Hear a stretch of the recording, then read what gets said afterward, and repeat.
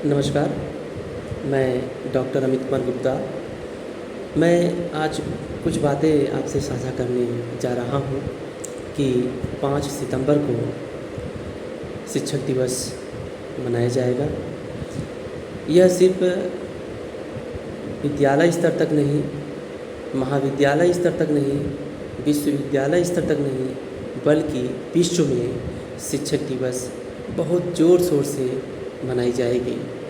और शिक्षक के प्रति, छात्र के प्रति जो संवेदना है, वही बातें मैं आपसे साझा करूँगा कि एक शिक्षक या एक विद्यार्थी अपने शिक्षक को कितना सम्मान कर पाता है और एक शिक्षक अपने विद्यार्थी के प्रति कितना सम्मान कर पाता है, ये बड़ी बात होती है। लेकिन जो शिक्षक और विद्यार्थी के बीच में जो संवाद होता है, वो बहुत ही अद्भुत रहता है। ये कुछ ऐसे बच्चे होते हैं जो पढ़ते नहीं हैं, लिखते भी नहीं हैं, लेकिन उनका ऐसा मानना होता है कि नहीं सर, मैं घर पे बैठ के तैयारी करता हूँ।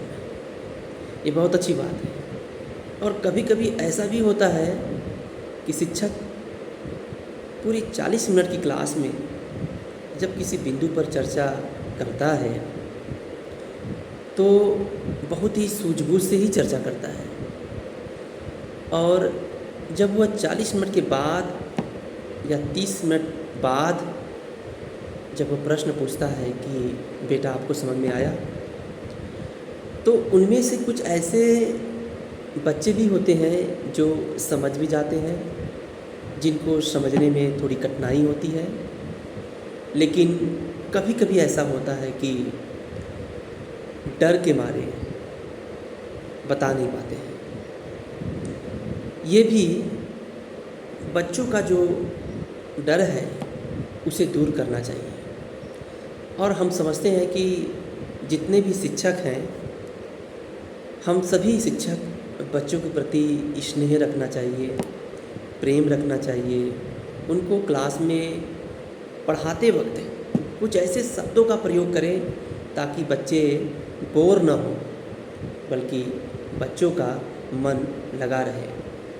और बहुत सारी ऐसी बातें होती हैं जो टीचर और स्टूडेंट्स के बीच में जो संवाद होती है, वह संवाद सिर्फ विषय अनुकूल ही नहीं, बल्कि समाज को लेकर के, परिवार को लेकर के, और ऐसी बहुत सारी बातें होती हैं जिन्हें बच्चे को समझाया जा सकता है। कहते हैं ना कि कोई बच्चा पहले से सीख के नहीं आता है, उसकी पहली शिक्षा उनके माँ से होती है। और माँ ही सब कुछ बताती है कि माँ कहती है कि बेटा आपको ऐसे बोलना है, ये बातें कैसे, किससे क्या बातें करनी है, ये बातें भी आपको समझाने का प्रयास करती हैं।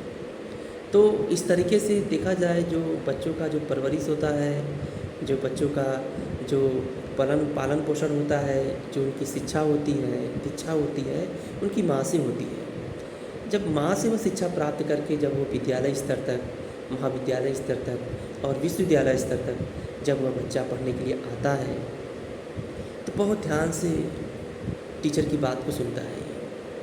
और टीचर उसे हमेशा अपने शब्दों के माध्यम से, अपने विचारों के माध्यम से, अपनी अभिव्यक्ति के माध्यम से, अपने लहजा के माध्यम से, अपने टोन के माध्यम से समझाने का प्रयास निरंतर करते हैं। और शिक्षक का एक दायित्व भी यह भी होता है कि कभी वह मतभेद नहीं करता है कि एक बच्चे को मैं ज्ञान दे रहा हूँ और एक बच्चे को ज्ञान नहीं दे रहा हूँ। ऐसा बिल्कुल नहीं होना चाहिए, क्योंकि शिक्षा है, शिक्षा में अगर बच्चे हैं तो टीचर है, नहीं अगर बच्चे नहीं हैं तो टीचर का कोई अस्तित्व नहीं है। इसलिए आप सभी को मेरी ओर से शिक्षक दिवस की बहुत बहुत बधाई और शुभकामनाएं। मैं आशा करता हूँ कि शिक्षक और छात्र के बीच में परस्पर प्रेम की भावना निरंतर बनी रहे। धन्यवाद।